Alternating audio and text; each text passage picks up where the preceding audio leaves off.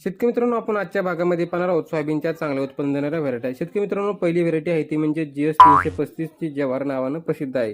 शेतकरी मित्रांनो, ही 1994 मध्ये त्या ठिकाणी जे काय जबलपूर कृषी विद्यापीठ आहे त्यांनी ती त्या ठिकाणी प्रसारित केली होती. पिकाचा कालावधी 95 ते 98 दिवस आहे आणि सरासरी उत्पादन 10 ते 12 क्विंटल प्रति एकर आहे. शेतकरी मित्रांनो, ह्या व्हरायटीचं वैशिष्ट्य पाहायला गेलं तर बॅक्टेरियल जी काय मर आहे त्यासाठी हा सहनशील आहे. भारतात लागवडीसाठी आणि सर्वाधिक क्षेत्र महाराष्ट्रामध्ये ह्या व्हरायटीचं आहे. शेतकरी मित्रांनो, याच्यानंतर दुसरी व्हरायटी आहे ती GS 9305 ही सुद्धा 2003 मध्ये जबलपूर कृषी विद्यापीठाने विकसित केलेली आहे आणि त्या ठिकाणी पिकाचा कालावधी 90 ते 95 दिवस आहे.